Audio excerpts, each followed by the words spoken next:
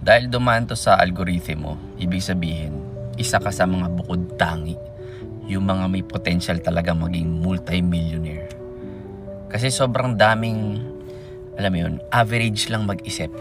Pero ikaw, no, since nasa algorithm mo to, ang mga pinapanood mo, more on mga motivation, life-changing, pag-iba ng mindset, more on mindset ng mga potential billionaires. And just imagine, 1 in a million ka. And ako, nung dinidream ko before na maging isa sa mga first billionaire ng buong angka namin, iniisip ko, possible ba talaga yun? Pwede ba talaga? And ano na nangyari ngayon, di ba?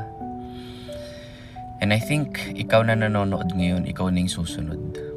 So tuloy mo lang yung ginagawa mo, tama yung mga pinapanood mo, layuan mo yung mga negativity, yung mga toxic na mga contents, and possible, ikaw na yung susunod. Yung first multi-millionaire or billionaire sa angkan nyo. God bless.